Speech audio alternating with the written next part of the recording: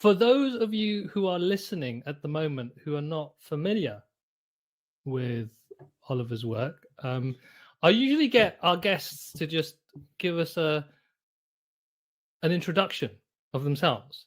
And the invitation is, how would you describe yourself now in terms of what you do and what occupies your thinking and your time, and a little potted history in what you think is most apt of how you got to here, essentially.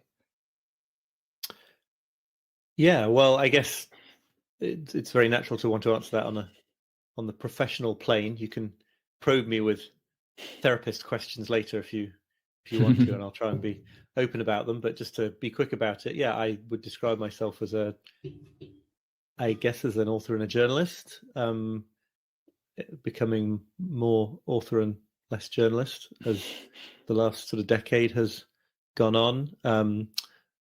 I wrote this book, 4,000 Weeks, that you mentioned, and a previous book called The Antidote, which is about the problems with positive thinking.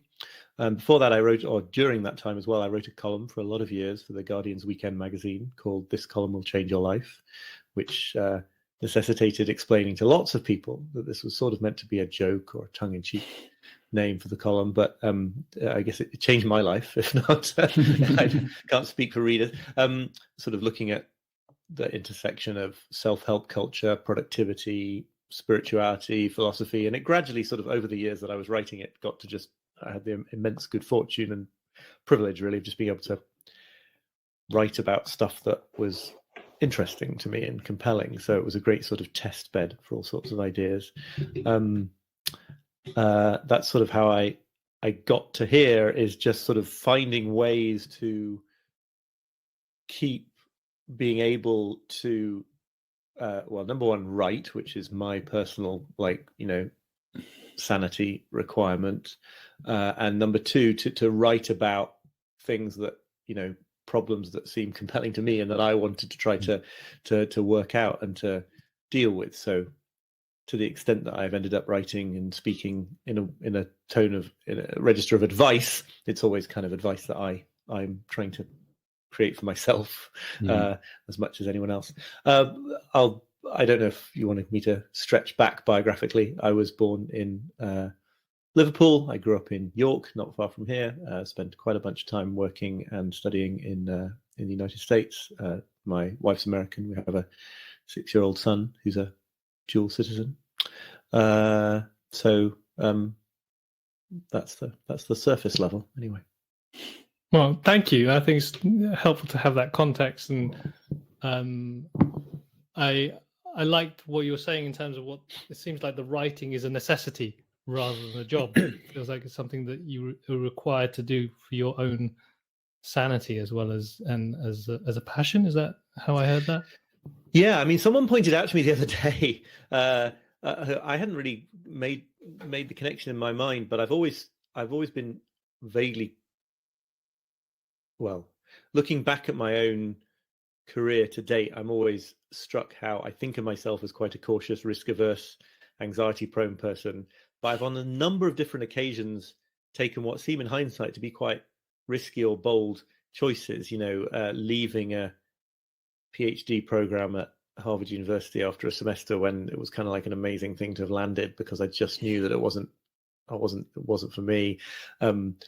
A job I was offered very early in my journalistic career that at that time was kind of, I couldn't get my head around the idea that I could, earn a salary that healthy, but turning it down because it wasn't going to take me towards writing. And, looking back, I'm always making these decisions that, like, I'm not quite sure how I managed to make them at the time, because I certainly didn't feel confident about making them. But what they all were in service of making sure that I could spend a chunk of each week, ideally each day, making sense of stuff through writing. So it's been the sort of guiding North Star, even though I don't think I've ever been aware of that until about 3 weeks ago. But yeah. And you talk about making sense of stuff. What does that mean to you? What are the things that you're trying to make sense of? I think it's quite hard to put words on that, just because to oneself, I think it always seems like what you're struggling with is like the meaning of life, right? It's like it's everything. Of course, it isn't everything. There are all sorts of challenges that I've never had to experience, or issues that aren't compelling to me.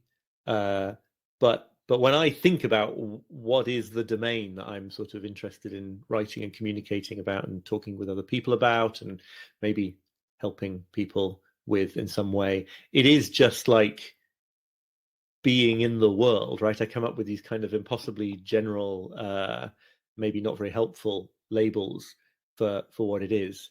And that, I think, was, just to get a bit more specific, is why it kind of clicked when I realized that I could write this book about time, which I just did, because that's just, on some level, that's just one lens for looking at everything, right? It's like nothing doesn't unfold in time. None of our challenges are not challenges of how to be in the time that we get. So, I think I'm a generalist by nature, and I'm sort of looking for, if you're a generalist who's just sort of interested in the broadest questions, what you need when it comes to sort of creatively executing things is some kind of lens, some kind of focus that means that your book is not an attempt to write about everything, because then it's 500,000 words long, and you end up just like sitting on a park bench with a stack of manuscripts talking to yourself for decades. If you actually want to do something that's real and in the world, it has to have that focus. But it's always been for me a way of trying to focus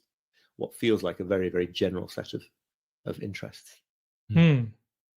I'm hearing this kind of general curiosity around life and how to navigate it.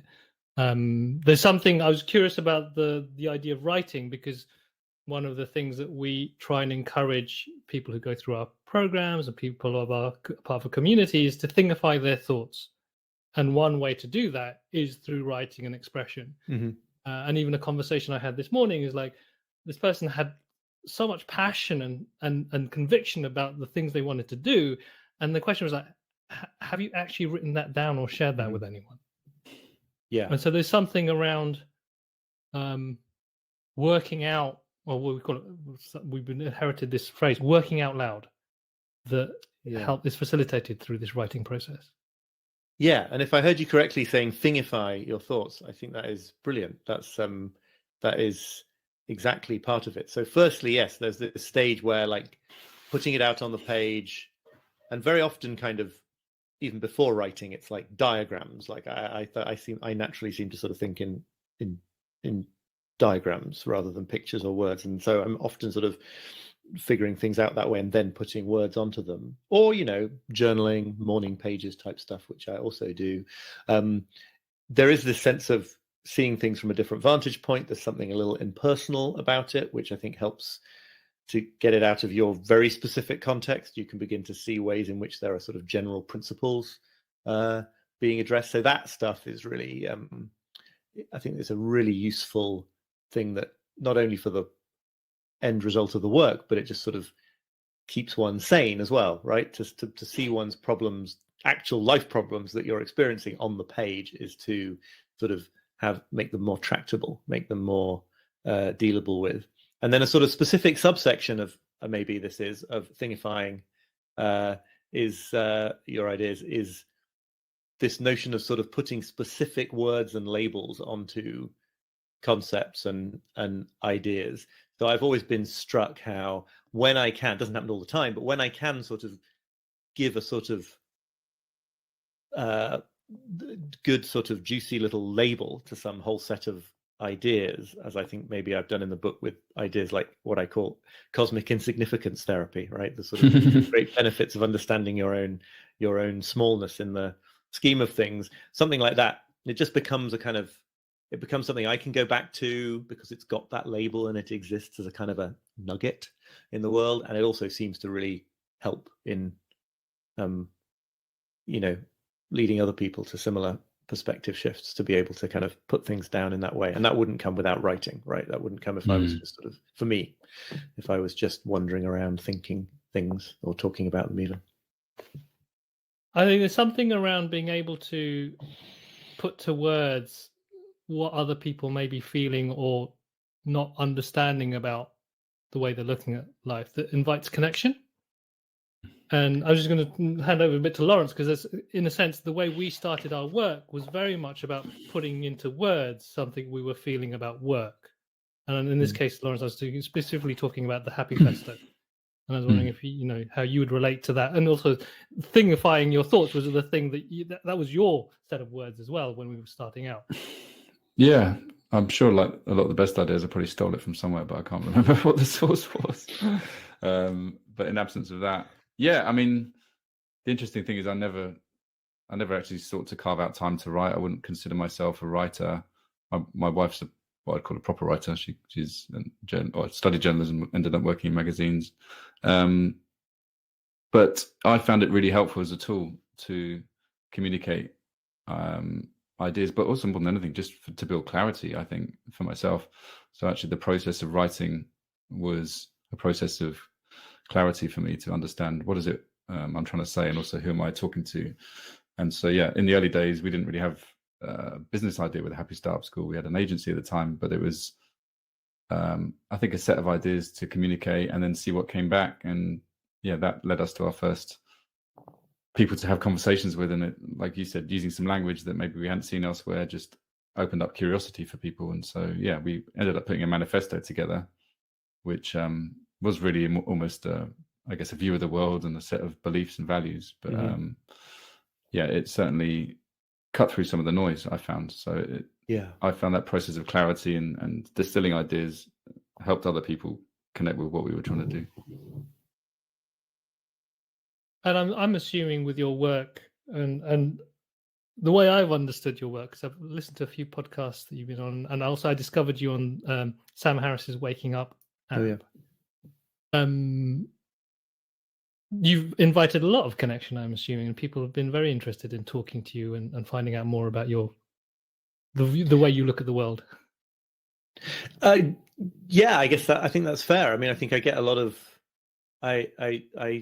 it's been great, and it's given on to some amazing conversations, and I really enjoy that. I feel very ambivalent about the email load, because everyone feels ambivalent about email, and yet at the same time, like, I get some extraordinary emails that are from people. I mean, I don't just mean being nice about my work. I mean in terms of what they are revealing about themselves, or sort of insights, reading recommendations, all sorts of things. And I feel bad that they don't get those emails don't get the attention that they deserve. And I'm working on this, getting over my getting over my my partly get as a result of, it's a question of being willing to give those things the time they some of the time they need, but not letting it take over your life. I tend to go all or nothing. I avoid my email for days and then spend days in my email. Anyway, never mind about that. Talk about that if you want. I think that the to the point you're making, I think that a lot of what I'm writing about, and maybe it's what a lot of people in this kind of space are ultimately writing about, is it's not like some brand new idea. It's not even a brand new synthesis of other ideas. It's just a question of pointing out what is already true, but that people are not necessarily fully articulating. There's a great thing Steven Pinker writes about how the sort of metaphor for good, or the analogy for good writing, is in his view the idea of sort of standing next to somebody and pointing at something over on the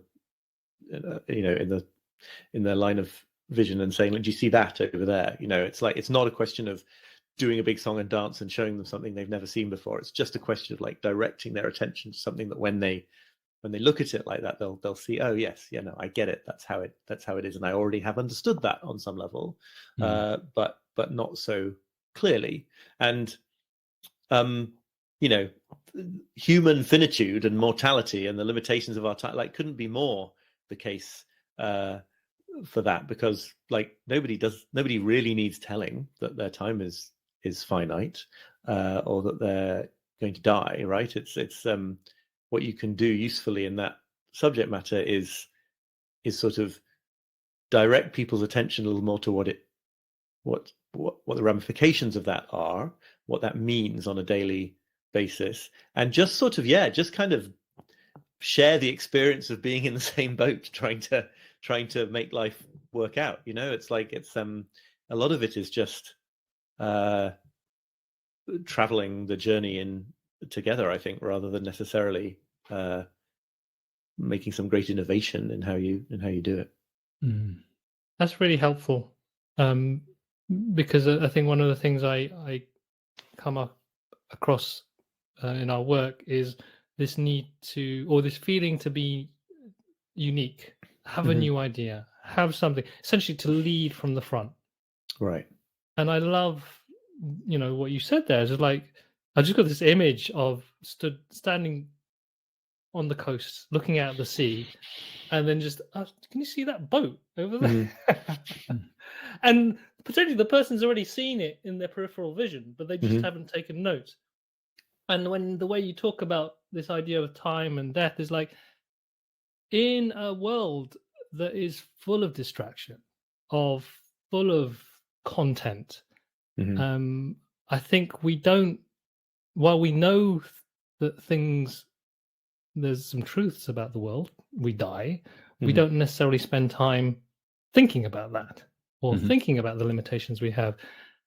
And so I feel it's an empowering message for particularly people in our community who feel change needs to happen in the world or things that need to be pointed out, but they think, oh, everyone else is talking about it, when in fact the person next to them might not have heard that person talk about it, or even have considered looking at the world in that way.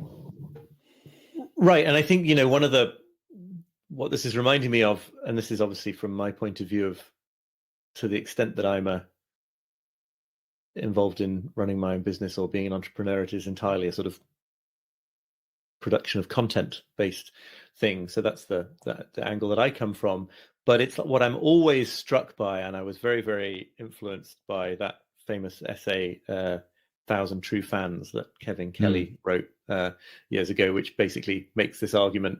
It can be criticized, the argument, but the basic idea being that in the era of digital communication, you just need to find the 1,000 people around the planet who are willing to pay $100 a year because they're so into your angle on things and your way of seeing things, and then you've got then that's $100,000, right? So the point being that you don't need this kind of blockbuster success through having an extraordinarily unique idea or a unique take on things. You just need to be able to sort of, again, this is within the idea of within writing and communication, you just need to be able to say things in a specific way that is true to you, and you will find the small number of people around the planet who just are on that wavelength and want more of that.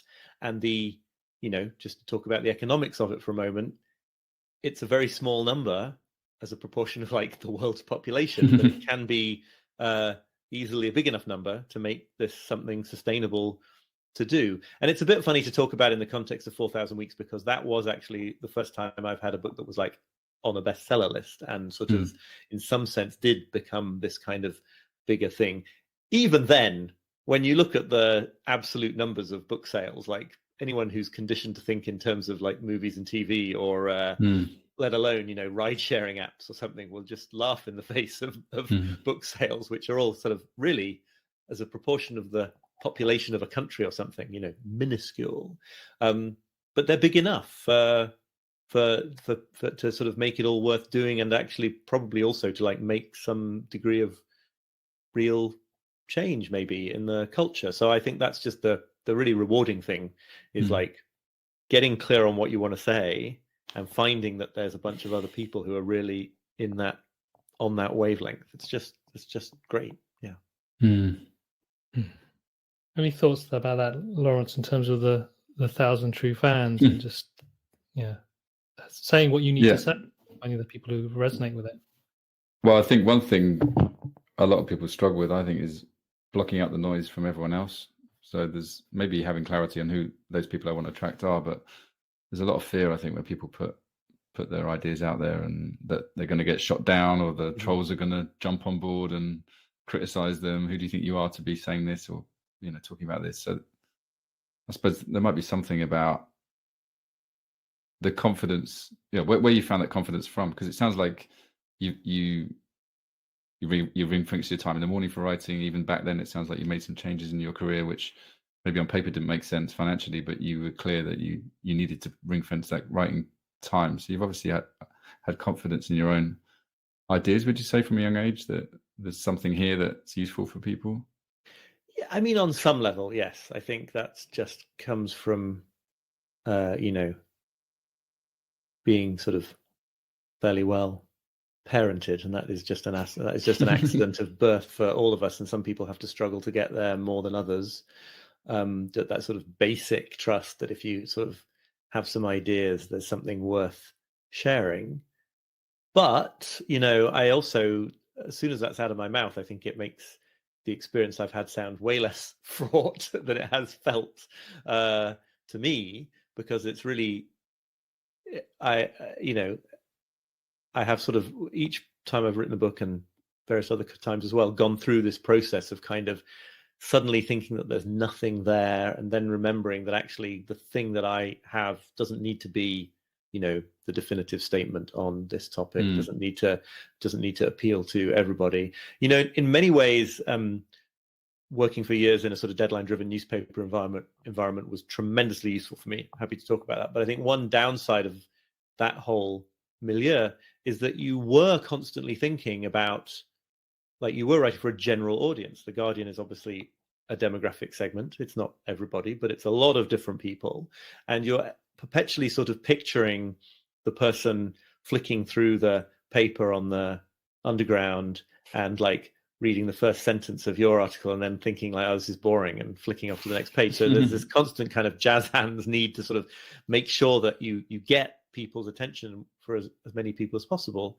And, we see that on social media today as well in all sorts of damaging ways. But so it's really been a sort of amazing liberation in a way to discover that, like, yeah, in the context of writing an email newsletter, even writing a book, doing various other things I'm involved in, you have to do it well. I don't mean you can just sort of sit there and say the first thing that comes off the top of your head, but the job here is not to be for everybody. And the more that I do the things that I think really matter and find that there is this feedback from people who agree that they really matter, the less I sort of even think about the fact that there's presumably are many people out there who, if they ever came across that email newsletter or that book, would be left cold by it. It's like, in a way, who cares? Yeah. It only needs a certain number of people to be interested in it. There's something for me here around just following your own truth around these things and your own curiosity and the things that you're passionate about. When you talk about the social media sort of angle on this, I think of the link-baity titles and the kind of tactics and strategies to, get your attention within the first few seconds. And even things in your book, you talk about what it means to spend more time. So the difference in revenue for Amazon, depending on the amount of time people spend on the landing page, and this and if the homepage took a second longer to load, they would lose how many $1 billion a year. Yeah, absolutely. Yeah. So really, this impatience with attention and trying to capture that, and so there's tactics and strategies that content creators employ just to grab people in that first few seconds. And there are tactics and strategies that need to be employed. And there's this learned craft of good writing, I think. And so what I was trying to get at here, there's finding something we're curious about, finding something we're passionate about, there's something that we want to explore. And there's the craft of presenting those ideas well, whether that's writing, video, or audio. And I think what I was linking in here with you is like, there's how we communicate is a very important aspect of this. How we learn to tell the story, or how we guide people to our world, that I think is an important important skill. And I assume this is something that you just honed over time by just keeping on doing it? Yeah, I mean, I guess so. Yeah, and I think what really comes to mind in response to that is, again, it's this thing. I don't know how applicable this is to sort of every line of business, but in terms of this kind of writing with an advice kind of edge to it, again, what's missing from what you just said there, and is rightly missing, is that what you don't need to hone is the ability to like solve people's problems definitively, or even solve your own problems definitively. It is just this sense of maybe getting a bit better and more eloquent at sharing the journey, at bringing people into that kind of experience. You know, there was Alan Watts, the famous 1960s, 1970s spiritual writer and speaker, who's been having a bit of a resurgence in recent years. He always denied being a guru, denied being an expert or a therapist or anything like this, and said he was a spiritual entertainer. And he said, you know, sounds a bit like David Brent. right. When he's writing about or speaking about Zen Buddhism, for example, he's not trying to make you become a Zen Buddhist. He's not trying to say Zen Buddhism has the answer to everything. He's not even trying to claim that he's a Zen Buddhist. He's just saying, and this is, I'm roughly quoting him here, you know, this is a point of view that I enjoy, and I find that other people enjoy sharing this point of view with me, and that it sort of, you know, enhances their lives to spend more time in that place. And I've gradually come around to the conclusion that actually that is one of the most useful things I can do with the, you know, whatever skills I've got. It, you know, certainly there are little sort of techniques and methods and things I do that I can pass on to other people they might like to do, but above all, it's just this sense of like spending more of life in this mental space of coming to terms with finitude and being okay with our imperfections, and seeing that acknowledging all that stuff does not need to mean resignation or mediocrity. It's actually the basis of doing some really cool and exciting and interesting things in life. It's just a question of sort of kindling more of that feeling in people, and as long as a newsletter that I write or a chapter in a book that I write does that, then it seems to have done its job. Whether or not it also has, you know, now do this, step 1, step 2, step 3, because that's always secondary to the kind of how you're being, you know, it's always a secondary thing. I totally agree. And there's something, and I'm going to link this to businesses that want to scale, or products that want to scale. They find a process, they find a set of steps, and they think, all right, everyone follow these steps and you'll be successful. Linking it to the whole social media thing, 6 steps to 6 figures in 6 months. Do that, you're done, all good. And from my own experience, that is such a personal journey that is so dependent on your own context and your own limits and your own boundaries around doing the work. What I've been more comfortable with our work is, unless I'm working with someone one-to-one, I can't ever think I will ever get them to where they need to be, particularly starting this idea of this business that aligns with who they are. But what we can do a lot of the time is through having conversations with people like yourself, and the writing that Lawrence does a lot, and a lot of the podcasts that I try and produce, is open a door to a new way of thinking. And then signpost to others who can take you on that journey in more depth. A little bit like you were saying, looking into the distance, saying, oh, did you see that thing over there? That's quite interesting. Maybe you should follow that. I'm not going to take you there because that isn't my job to do. Right. But I'm curious enough about the world, or curious enough about this part of the world, to then want to talk about it and just point people in the direction of other ways of looking at the world, because I'm interested in that. Yeah, that makes total sense to me. Absolutely. And on that, there's the tactics and strategy, the tools, the things that will help us. And and correct me if I'm wrong, I remember listening to you talk about the early days where you were looking at the, different ways to be more productive and the different ways to sort of manage our time and maybe get to inbox zero, all these things that make us feel better. And then below that, which I think is this book, is this actually, what is our relationship to this need to be more productive? Mm-hmm. And so I'm just curious about that, because for me, my interest in the work isn't necessarily how to do better marketing, how to price better, how to make more money, how to make products. It's also about, why do I want to start this business? What is it about business building and being my own boss, and what will get in my way of being my own boss that's interesting? So I'm curious about that step from, I'm going to think about productivity, to actually I'm thinking about, why are we trying to be productive?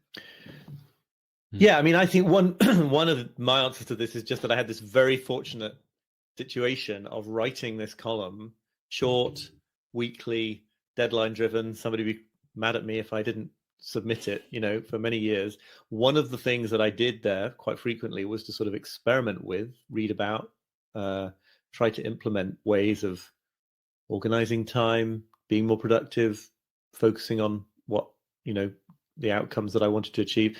And if you do that with enough of these if you try enough methods and none of them have the effect of bringing you this kind of peace of mind that you're trying to get through them, none of them get you to this feeling of being in control of time, then you're lucky, because in a way you exhaust them and you get to think, well, okay, maybe there's a problem with the question that I'm asking here. If you're someone who doesn't have this weird job of writing a column where you test time management techniques, then maybe you only have time to try out 3 or 4, and you might think that the perfect one is still around the corner. I really got to the bottom of the barrel, in a sense, and that's when you start to think, like, what is it about this thing that I always think I've got to find some way to take care of everything that is thrown at me, or achieve all the ambitions that I have for my life, otherwise I'll be like a bad person somehow. And I've had various epiphanies on this in this regard, but in the book I describe one of them sitting on a bench in Prospect Park in Brooklyn, where we lived at the time, and just in the middle of another of these sort of flights of anxious fretting, trying to figure out how I was going to put together the week in order to get through all the things that I had to get through, and just realizing, oh, it's impossible. I'm trying to do something that is not possible. And the enormous liberation of that, right? The enormous liberation of the shift from this is very hard to this is impossible, because you no longer have to try to struggle to do something that actually can't be done. And so that was my encounter, or one of my encounters, with the sort of underlying psychology of why we're trying to do this. I think that many of us in different ways have our self-worth wrapped up in our productivity in ways that are not very healthy. And we sort of think that a certain level of, we're in this odd situation where it feels, I think, for a lot of people, like, in order to be just sort of minimally adequate human beings and sort of feel minimal respect for themselves, they have to do an amount that is sort of beyond the possibility of anyone doing. So it's like, it's not that you want to sort of do a stunning accomplishments in the world in order to be exceptional and unusual. It's because you think that's like the minimum you have to do, or you think that living an extraordinary and exceptional life is if you don't do that, then it's sort of humiliating, and you've failed to sort of earn your right to exist on the planet. So, I think it's always, I think that question, like, why are you doing this, and why do you want to do this? Why do you feel that you have to do this, is really interesting, because it can be the answer that actually maybe you don't need to do it, right? I mean, if the reason you feel you have to do it is because you won't be sort of allowed to feel okay about yourself if you don't do it, then maybe the best thing is to work on that, is to work on that belief. And so, this is my sort of lifelong struggle, right? It's sort of getting up in the morning and realizing that actually, in a certain sense, I don't do anything for the rest of the day. Obviously, need to pay the mortgage, you need to feed your kid. It's not quite literally true that you could spend your whole life in bed, but in that deeper existential sense, like, I don't need to do any of these things. I could probably renegotiate the deadlines or give back the book advance, or, there's all sorts of that. It's not, the universe is not demanding that you do these things. It's much more like, it's a much nicer situation than that. It's like, if this is something that is really going to make you feel alive, then you get to do it. But that sort of very kind of Calvinist sense of like, you've got to save your soul by putting in the work, is probably something to let go of rather than to double down on, if you see what I mean. Oh yeah. Well, so on that, I just wanted to maybe drew me to this question from Lena, and she's asking, I wonder if there's a particular worldview, or, not sure if this is controversial to ask, spiritual practice that maybe lends itself towards embracing finitude. And that question sprung out to me because of what you were talking about. It's like, well, who's telling us to do the things that we think we should be doing, and how can we look at the world in a way that, I'm linking the finitude thing to the compelled to do lots of things because it will make us be better or something. Mm. I mean, I am endlessly fascinated by the the ways in which the stuff that I'm dwelling on here resonates with people in different religious and spiritual traditions. Sometimes they object to it. There's obviously a certain way of stressing finitude that's in tension with certain kinds of religious ideas of eternal life. Not all interpretations of the idea of eternal life, but certainly some of them. There are these kind of two strands in Christianity and Protestantism, just to take that as one thing, between, the idea that you save your soul by doing lots of good works in the world, and the countervailing idea that you're saved anyway, and it's not about works, it's about faith.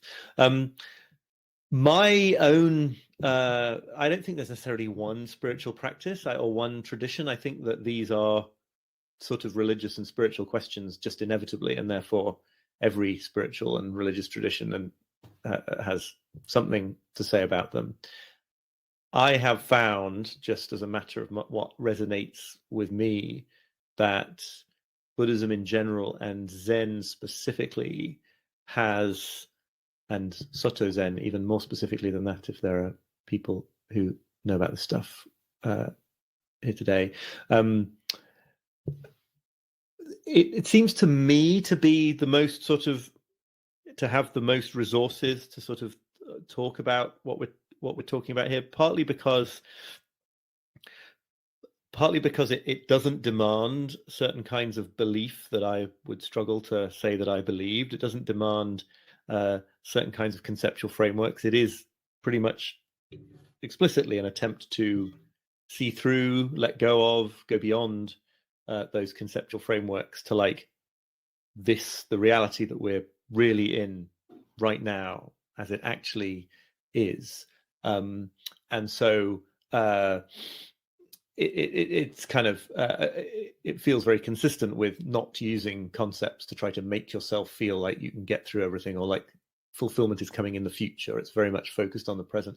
And what I love about the instructions, whenever you try to read track down instructions for specifically Zazen, the Zen version of meditation, is that like there just aren't any instructions apart from you have to put your body in this situation and sit down and do that and sit there for a certain number of minutes, because I don't think the people who communicate this are being coy. I think it's just like, it's a physical thing. It's to do with being in this world right now. And the moment you say to someone, count your breaths or try to get really concentrated or anything like that, you're back into that world of seeking the concepts, seeking fulfillment in the future. And so I'm really drawn to this kind of refusal that there is in Zen to say, like, follow this trail and maybe it's coming later. It's like, no, it's this. It's sitting on a cushion and just being there.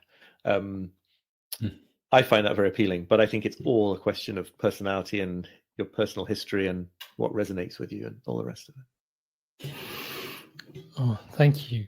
And what I was thinking there was this idea of just acceptance and being with discomfort, particularly the discomfort of not knowing what's coming next, and discovering, and then also the discomfort when you're talking about finitude of, and there might not be a next. Like I don't have all the time. I don't have all the capacity. Yeah, and an odd kind of security that there is in that. I think this is I don't know really necessarily have the words to explain this, but there is this idea that occurs in various Zen texts, but I think it's probably in other traditions too. I'm not trying to evangelize for Zen, but of this idea that the doubt is the only solid ground, that kind of fully opening to exactly what our situation is with regard to what we don't know, can't control, is the only kind of security worth the name. It's kind of it's something that you can have faith in. I don't know if that just sounds annoyingly paradoxical, but I think it does get at something true. And so I wanted to get your thoughts on a couple of things to do with this idea of not having enough time to do everything, uncertainty of where the future will lead, discomfort in the moment. And it was related to the topic about passion versus responsibilities is the way I was putting it. It's like what I'm drawn to do, what I feel I need to do, versus all the things I think I should be doing or the responsibilities I have in the moment. I connect a little bit to the decisions you were saying you made around, I could have taken that job that earned me money, but I needed to go do something else.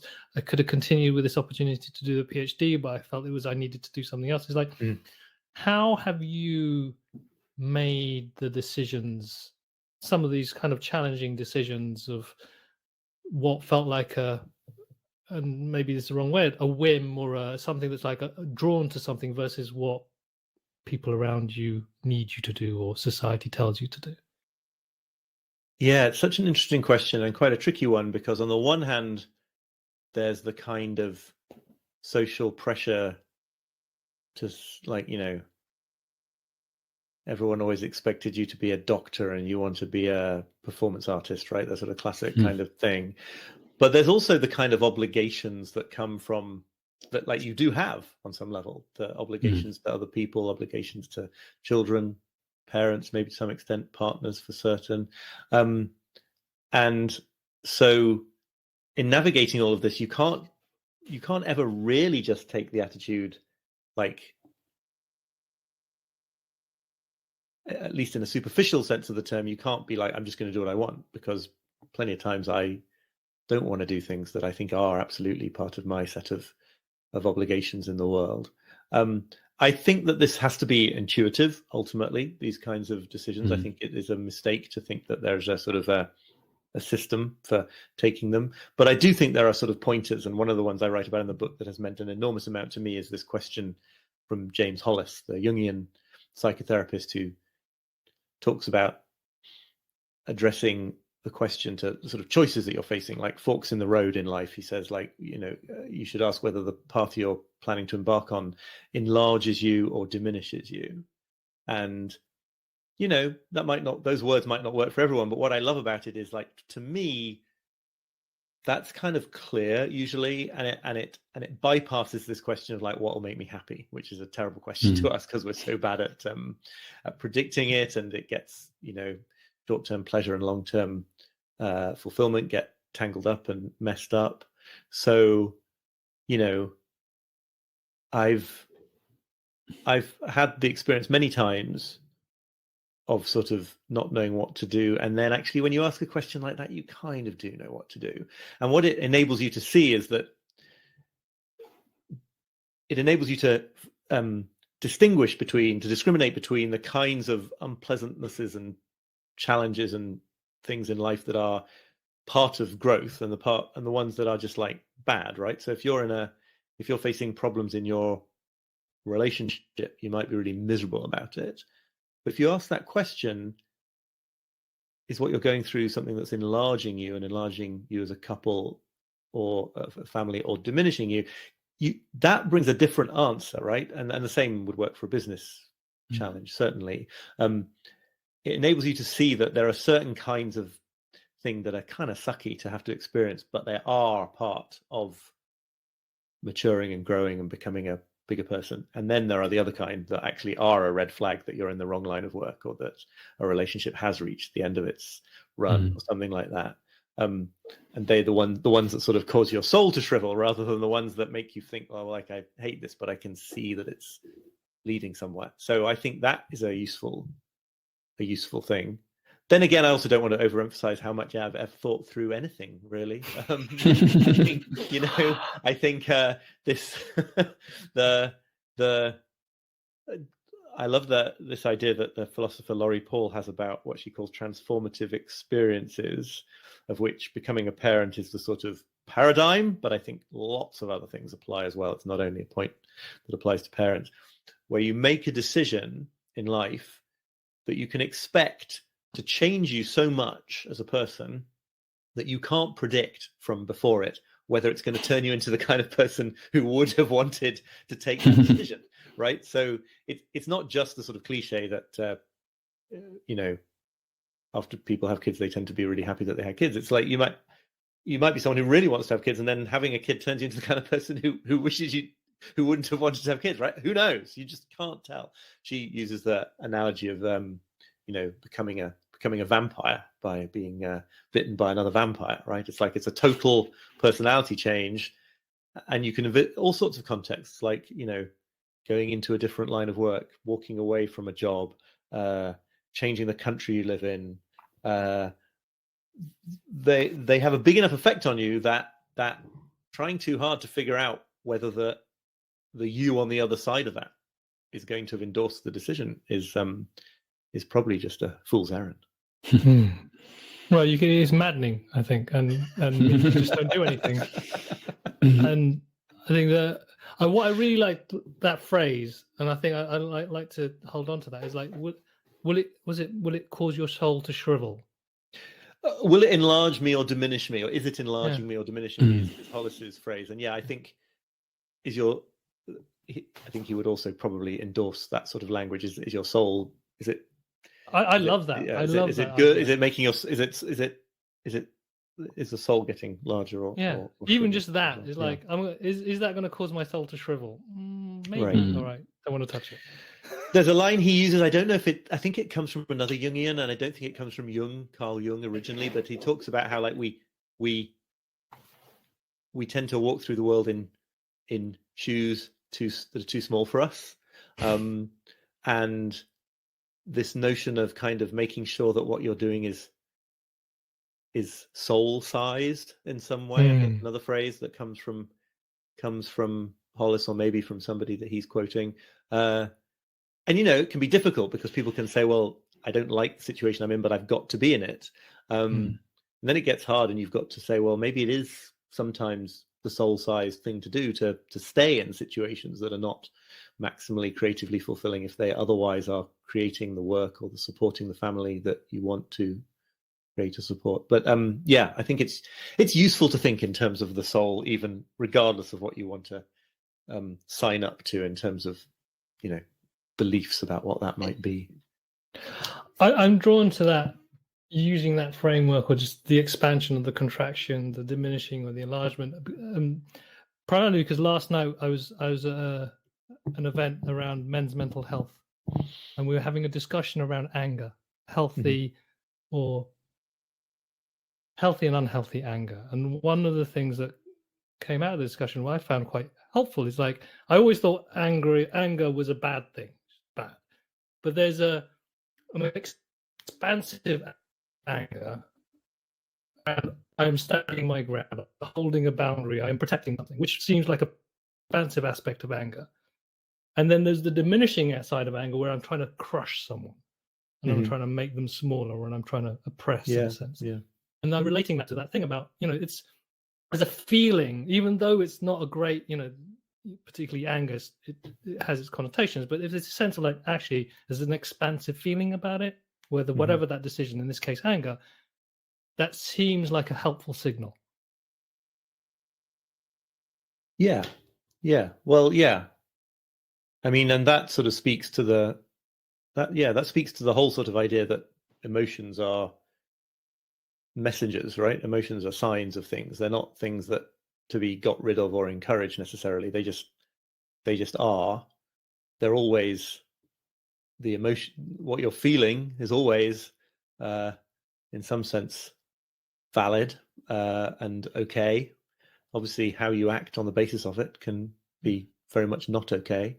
The only question is like, what is this mood trying to tell me, as opposed to how do I get rid of it? And by the way, if you do actually want to get rid of it, I'm sure understanding what it's trying to tell you is almost always the way to do that anyway. So yeah.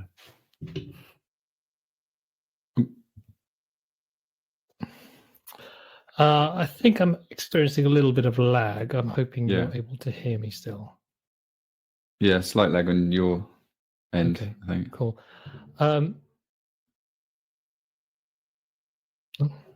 Well, feel free to take over if I suddenly drop Okay, cool. once, but just a quick question. There's so much more I'd like. It was. So I was having a conversation with people this morning about this tension, I think, between particularly a lot of people we work with who want to, find a happier path in their career or business, and so they're trying to essentially protect more of their own time and be more autonomous in the decisions they make at work. And so there's a real need for them to have more autonomy. So basically protect their own time, like people have done post-COVID. I think be a lot more protective of that time. But at the same time, this need and desire to connect and to want to be part of the collective. And I think there's an example you shared in the book about this, around how in some ways you have to sacrifice some of your own autonomy if you actually want to build connection with others or actually do anything worthwhile. So I'm just curious to know if there's any, I guess, thoughts for people around this tension that always exists when we decide, do I spend an hour on my own doing my own thing, or do I commit to a cause or a community I care about? Yeah, I think it's fascinating. It's always fascinated me. I mean, I think I go through life, and I think lots of people do, or maybe I used to, thinking that the ideal would be that I get to call the shots about how my day goes, right? And maybe I can't do it completely, but the ideal would be that I could, get up when I wanted and work when I wanted and engage with other people when I wanted. And yet, the reality is that we make sacrifices of that kind of total temporal sovereignty all the time, willingly, because we know that that's what makes it possible to do anything that makes life worth living. Most sort of mundane examples, it would just be like, maybe people would have liked to have attended this event live at some other time of day, but we can all only attend it live by all agreeing to show up at a certain time on a certain day. And if there's any sort of collective benefit from all being here, that benefit is dependent on our making that sacrifice. Or, if you belong to a choir that meets, or a sports team that meets at a specific time. And just more generally, I think that's a really useful reason to question that notion of always wanting more control over time. I've definitely grappled with this since becoming a father, because obviously I don't want to have a kind of approach to scheduling my work that defines it as a problem when my son wants my attention for half an hour at a time when I wasn't otherwise the parent on duty, as it were. Now, maybe sometimes I'm still going to have to say, sorry, I'm doing something else, but you don't want to define other people as interruptions just because of how sort of invested you are in your plan for your day or your goals for the quarter or whatever it is. So figuring out that sort of navigating that, certainly don't think I've come to the end of this journey at all, but that's really interesting to me, because it's true not only in the sort of work versus family thing, but even within work, right? The degree to which you just plow forward and execute on the things you decided you were going to execute on, versus the degree to which you remain open to unexpected things that could lead to far more interesting conclusions is a real, it's a thing to constantly navigate, and probably to give up hope of having a final position on. Fascinating. Actually, that leads me on to just one more question before we start to close. Is one of the challenges that I see a lot of our community face is the shiny new object syndrome. Mm-hmm. How do you keep focused and not get distracted? With difficulty. I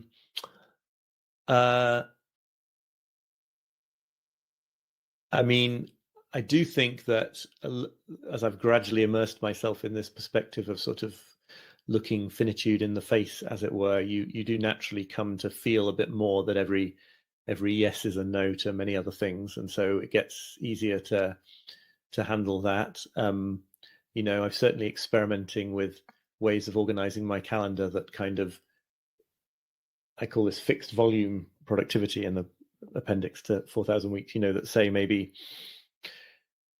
I'm going to be available for a certain amount of time for a certain kind of thing in a week, and when that quota is full, I'm going to make myself say no to further requests for that, or I'm going to dedicate a certain amount of time this week to a certain project, and the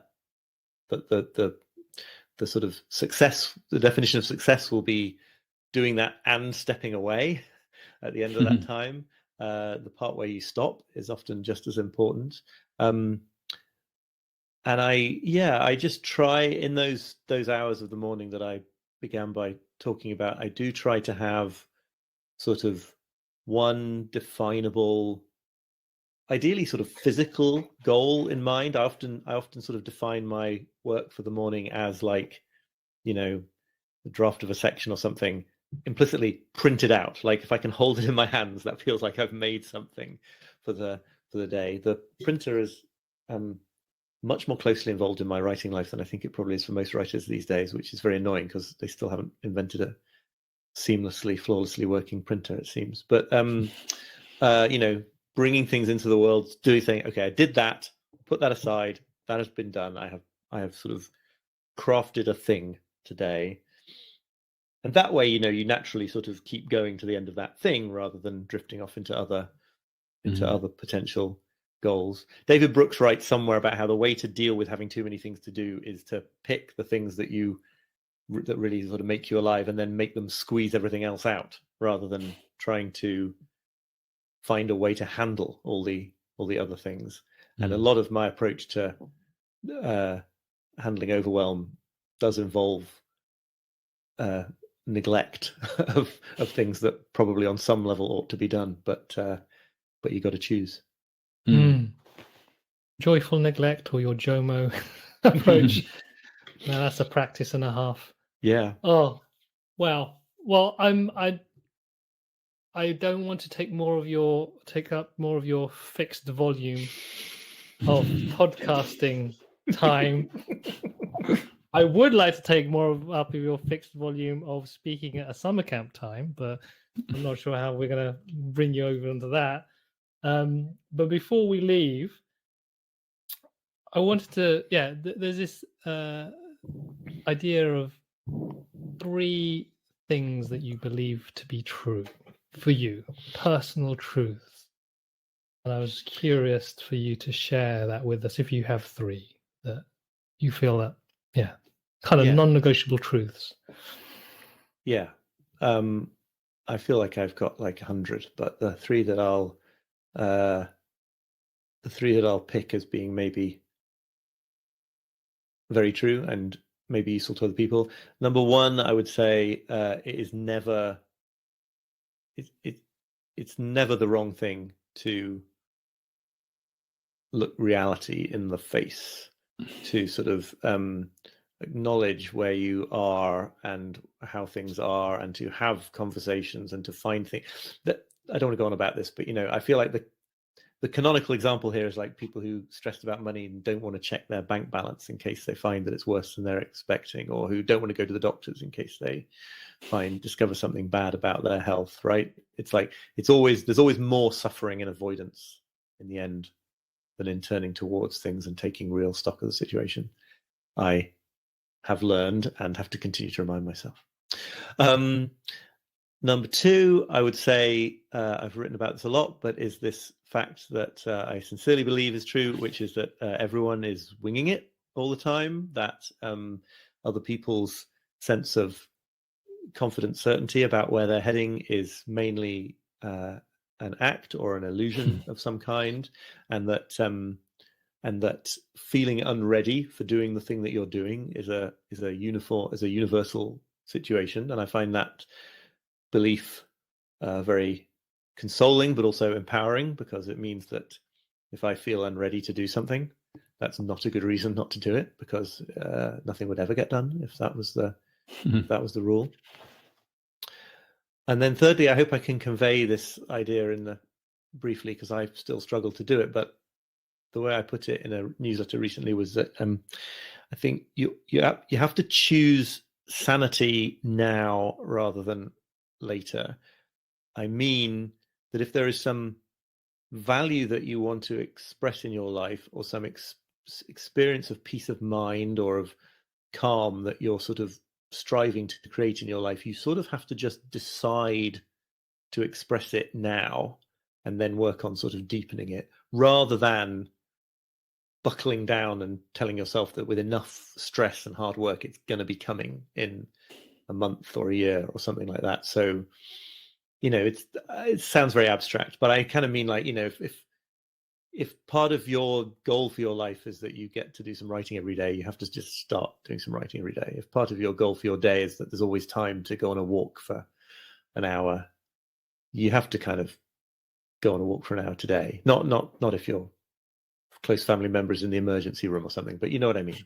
In putting aside the real exceptions, like, it won't work to put that off to when you finally have the bandwidth to do it, because A, that time is never coming, and B, all you'll be doing is reinforcing this psychological pattern that says fulfillment and peace of mind is in the future rather than now. So you have to choose how you want to show up, and just do it now, not in a day or a week or a year.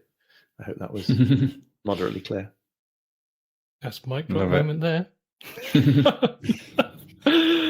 Oh, that's wonderful. Thank you very much, Oliver. Lawrence, before we leave, any final thoughts? No, you've reminded me actually that I think you mentioned something similar all those years ago at that workshop about, I think, your experience working at The Guardian and working, you mentioned government as well, this idea of imposter syndrome, and how actually everyone's winging it behind the scenes in these organizations that we think are, on the outside, they've got their stuff together, but actually on the inside, rarely work like that in the real world, which, like you said, is super empowering. And I found that too. Yeah, Lots of people we work with who people put on a pedestal, they think that they're the beacon of clarity and insight, but actually they're sort of still swans trying to work it out under the water. Final thoughts. No, just loved it. Again, we could talk for hours. I got the feeling that all the questions we had we didn't cover, but again, that's the joy of this, isn't it? The joy of missing out. No, thank you for your time. Thank you. Thanks for a great conversation. I've really enjoyed it, and thanks everyone for being here. Yeah.